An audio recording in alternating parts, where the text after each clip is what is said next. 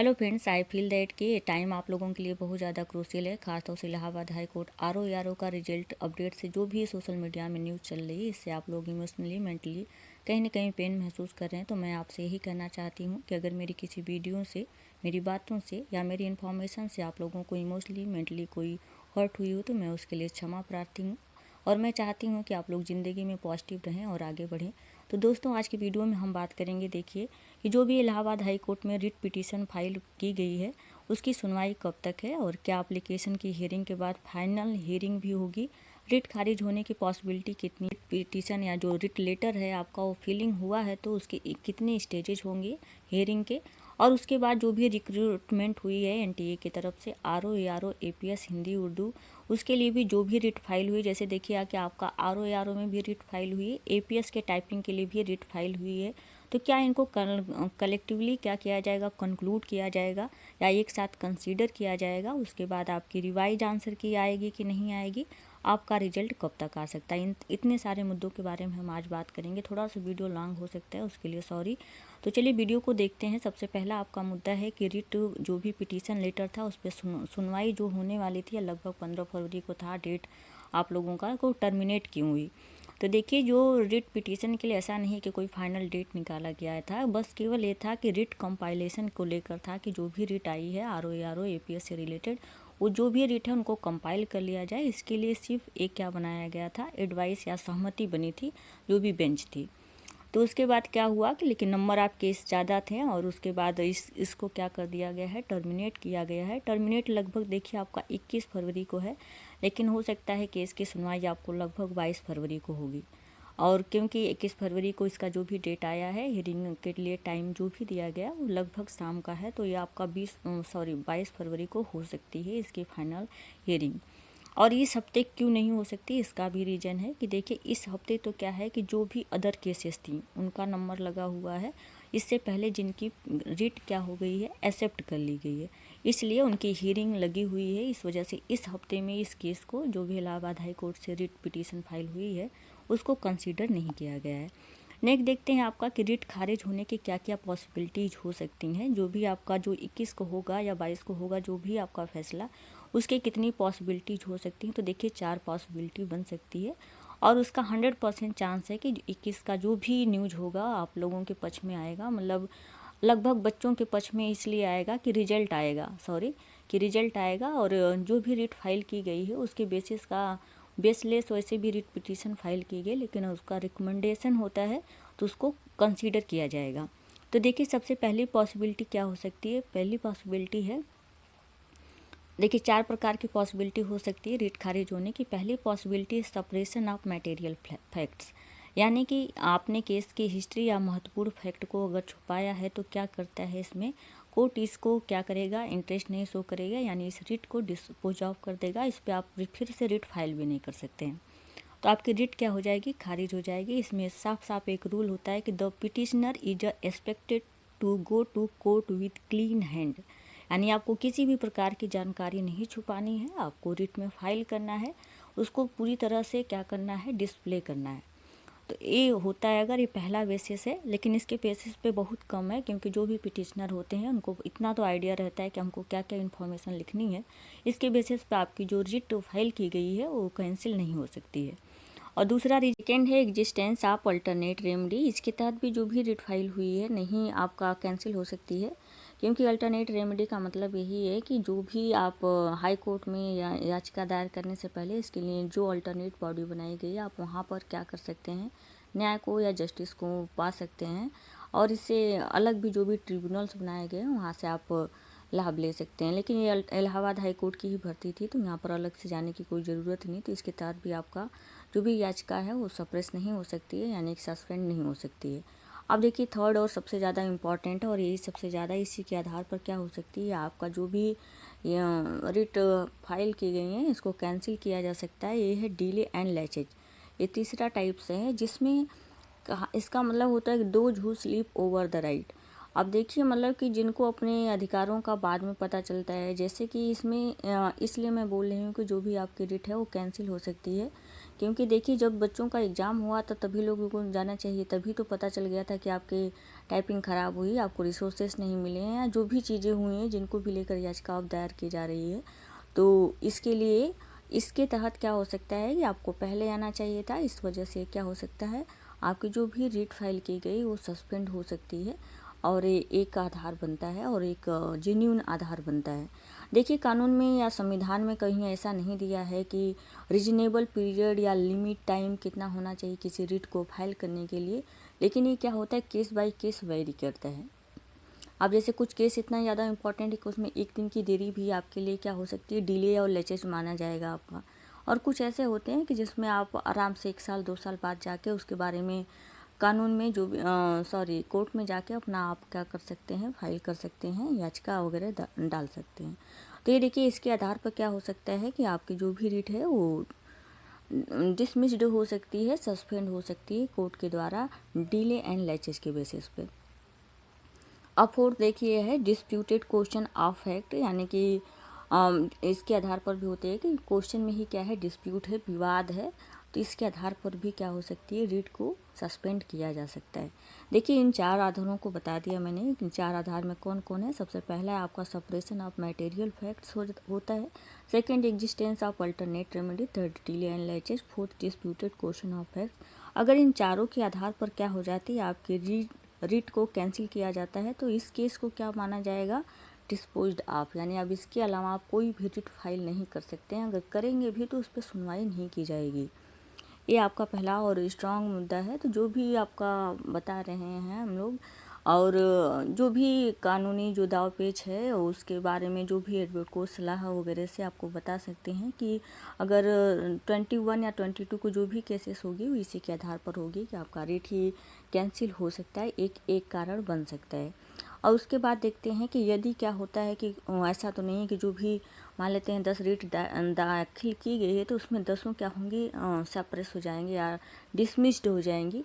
हो सकता है उसमें से 1 रीट भी क्या हो जाए, एक्सेप्ट हो जाए। उसका मतलब होगा कि उस 1 रीट का जो भी इंटरेस्ट होगा वह ग्रुप ऑफ इंटरेस्ट से जुड़ा होगा, लेकिन उस 1 मुद्दे में क्या हो सकता है, बहुत सारे स्टूडेंट आ सकते हैं। अगर ऐसी कोई रीट मिल जाती है तो हो सकता है कि आपका जो केस है वो प्रोसीजर है आगे बढ़ेगा। देखिए अगर जो केस प्रोसीजर आगे बढ़ेगा, ये सारी चीज़ें जब भी कंपाइल होगी केस उसी दिन हो जाएगा। और मैं पहले ही बता देती हूँ कि इसको जल्दी थोड़ा सा किया जाएगा, क्योंकि ये थोड़ा सा अब इलाहाबाद की ही भर्ती है और उसके कोई भी ऐसे जो भी उन्होंने अपना ट्रांसपेरेंसी के लिए गठन किया एजेंसी, उसके आरोप की बात है, तो ये जल्दी ही होगा। तो देखिए अगर कोई भी रीट एक्सेप्ट हो जाती है उसके बाद सबसे पहले क्या होगा, फाइलिंग। फाइलिंग का मतलब होता है कि केस दाखिल करना। केस कहाँ पर दाखिल करना है कि पहले उसका स्क्रूटनिंग किया जाएगा कि जितने भी फैक्ट्स मुद्दे हैं सब सही हैं नहीं हैं। उसके लिए उसको एडवोकेट से क्लर्क से जो भी मिस्टेक्स होगी उसको डिफेक्ट्स होंगे उसको डिफेक्ट लेस केस को बनाया जाएगा और उसको क्या किया जाएगा, रजिस्टर्ड किया जाएगा कोर्ट केस की फाइल में। इलाहाबाद हाई कोर्ट की जो भी कोर्ट केस की फाइल होती है, फाइलिंग का मतलब ही होगा कि स्क्रूटनिंग के बाद केस को यहाँ पर फाइल करना, यानी रजिस्टर्ड करना कि अब इस केस पर सुनवाई हो सकती है आगे। और उसमें भी डिफेक्ट्स होता है, डिफेक्ट्स के लिए कुछ क्लाज होते हैं, जैसे कि पेज क्लियर नहीं है, आपने फ़ी वगैरह नहीं पूरा किया है जितना भी ऑफिशियल फ़ी है। और उसके बाद है आपका कि लोकल लैंग्वेज है, जैसे कोर्ट को समझ में नहीं आ रहा है तो आप क्या कर सकते हैं, उसको इंग्लिश में इंटरप्रेट कर सकते हैं जिससे कोर्ट को आसानी हो जाए। ये सारी चीज़ें होती हैं। अगर इसके बाद फाइलिंग में ही अगर स्क्रूटनिंग में कोई दिक्कत होती है तो आपको जो लोग भी फाइल किए हैं उनको नोटिस दी जाएगी कि आप इस चीज़ को सही करिए, उसके बाद ही आपका क्या हो सकता है, आगे केस बढ़ाया जाएगा। तो ये आपका पहला होगा प्रोसीजिंग। केस प्रोसीजर जो होगा वो फाइलिंग का होगा। फाइलिंग के बाद देखिए सेकंड आता है प्रोसीजर आपका हियरिंग। हियरिंग में सबसे ज़्यादा इम्पॉर्टेंट चीज़ है, अगर मान लेते हैं कि आपका कोई भी रिट एक्सेप्ट हो जाता है उसके बाद आपका जो भी केसेस होंगे, फाइलिंग तो हो जाता है लगभग, उसमें स्क्रूटनिंग वगैरह लोग अपना कर लेते हैं, हो जाता है।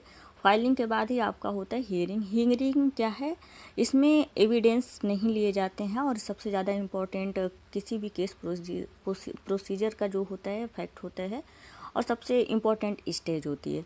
देखिए एविडेंस नहीं लिए जाते हैं, इसका मतलब ये है कि मतलब जो भी रिट वगैरह किया है उनको कटघरे में खड़ा करके उनसे सवाल जवाब नहीं किया जाता है। जैसे आपने टीवी वगैरह में देखा है, तो वो वाली चीज़ें यहाँ पर नहीं की जाती हियरिंग के टाइम। यहाँ पर बस केवल ये होता है कि जो भी आपने रिट दायर किया है उसको पहले एडमिशन हियरिंग में डाला जाएगा। उसमें कुछ ठोस मुद्दे मिलते हैं, कोर्ट को लगता है कि नहीं इसके लिए जेन्यून पीठ का गठन करना चाहिए, उस पर सुनवाई करना चाहिए, तब वो क्या होती है फाइनल हियरिंग का स्टेज होता है। और वो केस नंबर पर निर्भर करती है, उसमें केस नंबर मिलता है और उसकी सुनवाई कितनी जल्दी और कितनी लेट करना चाहिए इसका पूरा पूरा डिसीजन हाई कोर्ट या किसी भी कोर्ट का जुरिडिक्शन के अंदर आता है, उनका सुप्रीम पावर होता है। तो आपका 2 केस होगा। देखिए इसमें हियरिंग में होता है, सबसे पहले होगी आपकी एडमिशन हियरिंग। एडमिशन हियरिंग का मतलब होता है कि किसी केस को एडमिट कर लिया गया।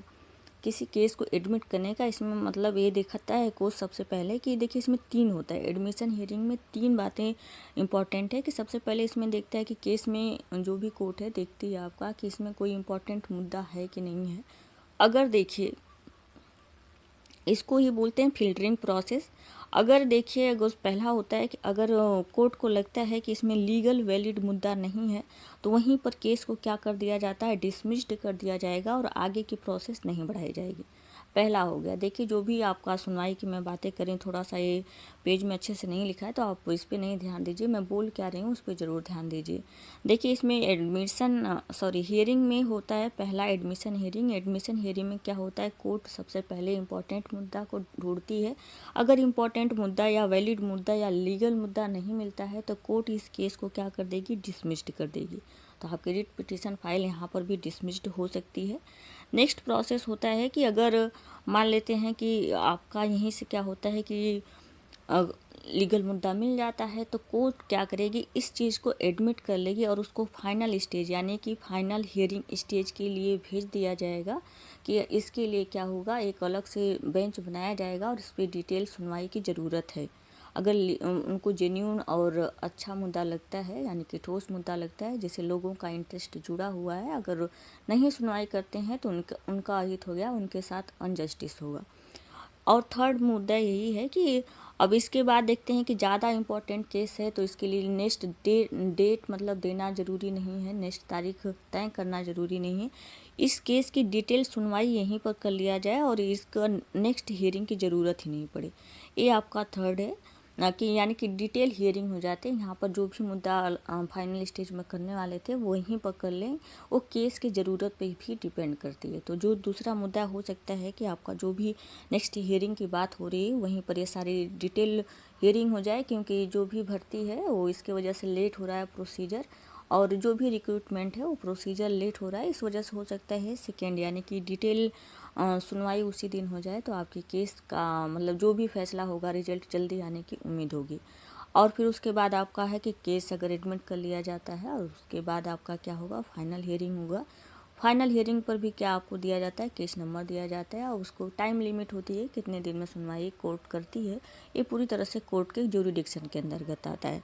अब इसके बाद देखिए हम देखते हैं, ये तो सारे बहुत लीगल प्रोसेस थे। हो सकता है कि आप लोगों को थोड़ा सही लगा हो कि आपका जो भी रिट वगैरह अगर एक्सेप्ट हो जाती है तो ये सारे प्रोसेस से उसको गुजरना पड़ सकता है।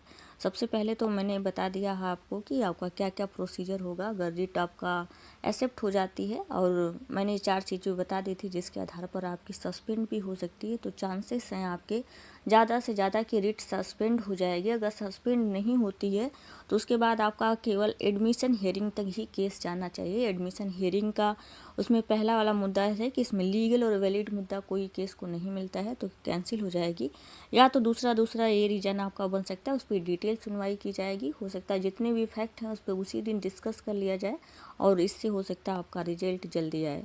अब नेक्स्ट देखते हैं रिवाइज आंसर की के बारे में। देखिए इससे पहले मैंने जो भी वीडियो बनाई थी उसमें रिवाइज आंसर की से रिलेटेड मैंने बताया था कि रिवाइज आंसर की 100% आपकी आनी है और ये आएगी भी। और क्योंकि आपने देखा होगा बहुत सारे शिफ्ट वाइज क्वेश्चन में कम से कम 3-4 क्वेश्चन 5 क्वेश्चन कुछ शिफ्ट में ऐसा था कि ऑप्शन में जम्बलिंग थी, आपने कोई आंसर कुछ और होना चाहिए, वहाँ से ऑप्शन आपने जब प्रोविजनल आंसर की मिलाया था तो उसमें कुछ अदर ऑप्शन था। तो ये सारी चीज़ें थी, ये मुद्दा है। इसलिए रिवाइज आंसर की तो 100% आना चाहिए था, नहीं तो इसके लिए भी बच्चे क्या करेंगे, रिट फाइल करेंगे। तो इस वजह से रिवाइज आंसर की 100% आएगी। और नोटिफिकेशन में भी साफ लिखा गया है कि रिवाइज आंसर की वो देंगे, लेकिन रिवाइज आंसर की करने आने के बाद आप कोई भी लीगल एक्शन नहीं ले सकते हैं आयोग के ऊपर, ये लिखा हुआ है। इसलिए रिवाइज आंसर की तो 100% आती है। अब कितना वो 100% श्योर तो कोई भी नहीं है कि कितना वो करेक्ट आती है, क्योंकि हर रिवाइज आंसर की में थोड़ा बहुत तो इनकरेक्शन रहता है, लेकिन आई होप कि वो पूरा तरह से करेक्ट ही आए, क्योंकि और आपके लगभग 3 या 4 क्वेश्चन उससे क्या हो सकते हैं, गलत हैं, और उनको सही करके वो लोग देंगे। देखिए उसमें सबसे पहले है कि अगर रिवाइज आंसर का, अब देखिए रिजल्ट तो लेट हो गया है, लेकिन अब इतना भी लेट नहीं हुआ है। अगर अदर सिलेक्शन बोर्ड या अदर रिक्रूटमेंट भर्ती से क्या करें, इसको कंपेयर करें, क्योंकि क्या है कि अभी तो 1 महीना हुआ है आपका, अभी इतना भी लेट नहीं हुआ। कोई भी रिजल्ट इतना जल्दी नहीं आता था, आता है अगर इलाहाबाद हाई कोर्ट की ही भर्ती को छोड़ दिया जाए, क्योंकि लोग परेशान इसलिए हैं क्योंकि वो कंपेयर कर रहे हैं इलाहाबाद हाई कोर्ट की भर्ती से, कि इससे पहले जब इलाहाबाद हाई कोर्ट करा रहा था तो बहुत जल्दी प्रोसेस होती थी और 1 महीना में लगभग रिजल्ट आ जाता था। तो अभी आपका रिजल्ट भी इतना लेट नहीं हुआ है, तो चांसेस है कि आपका रिवाइज आंसर की पहले आएगी। 40% चांसेस है कि रिवाइज आंसर की रिजल्ट से पहले आएगी। अगर देखिए रिजल्ट से पहले आती है तो आपका रिजल्ट मार्च के फर्स्ट वीक में जा सकता है, इसमें कोई बट नो नहीं है। रिवाइज आंसर की पहले आएगी तो आपका रिजल्ट ऑब्वियसली मार्च के फर्स्ट वीक में जा सकता है। उसका रीज़न यही है कि रिवाइज आंसर की आने के बाद आपका नॉर्मलाइजेशन वगैरह होगा और आपकी फाइनल मेरिट लिस्ट तैयार करने में टाइम लगेगा। और ऐसा नहीं कि सब कुछ वो लोग तैयार करके बैठे हैं, इस रेट की वजह से रुके, अभी भी प्रोसेस कंटिन्यू है, अभी भी मतलब चल रहा है। आपका फाइनल मेरिट लिस्ट नहीं तैयार हुई है, इतना तो श्योर है कि आपका फाइनल मेरिट लिस्ट नहीं तैयार है, इस वजह से थोड़ा सा रिजल्ट आपका लेट होगा। अगर ये रिजल्ट से पहले रिवाइज आंसर की जाती है तब आपका ये रिजल्ट, आपको इतना वेट तो करना पड़ेगा। और वेट करने के अलावा स्टूडेंट के पास कुछ नहीं है, क्योंकि पूरी तरह से एनटीए के या जो भी सिलेक्शन बोर्ड है उसके पर निर्भर है, उसके डिसीजन पर निर्भर है। अब देखिए 60% चांसेस है, क्योंकि रिट वगैरह की वजह से हो सकता है सिलेक्शन पर जो भी आपका बोर्ड भी नई नई एजेंसी बनाई गई उसके ऊपर एक प्रेशर भी डेवलप्ड हो जाता है। तो क्या करेंगे, रिवाइज आंसर, क्योंकि रिवाइज आंसर के बाद आपका कोई भी लीगल प्रोसीजर वैसे भी मान्य नहीं है, तो क्या करेंगे, इसके साथ ही रिजल्ट के साथ ही रिवाइज आंसर की निकालेंगे। अगर रिजल्ट के साथ रिवाइज आंसर की निकालते हैं तो इतना मान के चलिए कि आपका रिजल्ट फरवरी के लास्ट वीक में आ जाएगा। और आई होप कि लगभग कंफर्म है ये कि आपका फरवरी के लास्ट वीक में आ सकता है आपका रिजल्ट। तो ये हो गया आपका कितने लगभग पॉसिबिलिटीज हो सकती हैं रिजल्ट का। अगर रिवाइज आंसर की पहले आ जाती है तो आपका रिजल्ट मार्च के फर्स्ट वीक में जा सकता है। अगर रिवाइज आंसर की रिजल्ट के साथ में आती है तो आपका रिजल्ट जल्द आने की संभावना है। उसके बाद देखते हैं कि देखिए कुछ लोगों को कन्फ्यूजन है या कुछ भी है, वो सोच रहे हैं कि अगर रिवाइज आंसर की तैयार है तो एनटीए पे क्या फ़र्क पड़ना चाहिए, रिट का, पीआईएल का, किसी भी कोर्ट केस का वेट क्यों करेगा, अरे रिजल्ट तैयार है उनको रिजल्ट देना चाहिए। तो मैं आपको बता देना चाहती हूँ कि कोई भी सिलेक्शन बोर्ड हो, रिजल्ट से पहले उनको क्लीन चिट होना ज़रूरी होता है, यानी कि उस पर कोई भी कोर्ट केस नहीं होना चाहिए। और ये जो भी रिक्रूटमेंट है वो, क्योंकि आप लगभग आर्टिकल 14 को फॉलो किया जाता है कि आपको समानता के अधिकार पर किसी के साथ अन्याय ना हो, इसलिए किसी भी भर्ती बोर्ड का ये होता है कि उस पर कोई कोर्ट केस नहीं होना चाहिए जब भी रिजल्ट निकलता है किसी भी चीज़ का। क्योंकि देखिए अगर आपका भी सिलेक्शन होता है तो उसमें एक डीबी के लिए पुलिस वेरिफिकेशन ज़रूर मांगा जाता है कि आप जब फाइनली सिलेक्शन लेने जा रहे हैं तो आपके ऊपर कोई किसी प्रकार का एलिगेशन तो नहीं है, अगर है तो आप डीबी में ही छट जाते हैं। तो यही चीज़ किसी भी सिलेक्शन बोर्ड के लिए है कि उनको जब रिजल्ट किसी चीज़ का फाइनली निकाल रहे हैं तो उनके ऊपर किसी भी तरह का कोर्ट केस वगैरह नहीं होना चाहिए, जिससे क्या होता है कि रिजल्ट निकलने के बाद कोई कानूनी बाध्यता नहीं हो या कोई कानूनी आधार न बने। इसलिए इफ़ेक्ट बिल्कुल पड़ रहा है जो भी एजेंसी है, अगर उनके पास रिजल्ट रिवाइज आंसर की तैयार है तब भी वो नहीं दे सकते हैं, क्योंकि एक कोर्ट केस थोड़ा सा उनके लिए बेसलेस हो जाता है, आधारलेस हो जाता है, या आधार बन जाता है कि इसके आधार पर वो नहीं रिजल्ट को आउट कर सकते या आंसर की को नहीं आउट कर सकते हैं। आई होप कि आप लोगों की जानकारी थोड़ा बहुत सही लगे, अगर सही लगती है तो ज़रूर कमेंट करके बताएं। Thank you so much.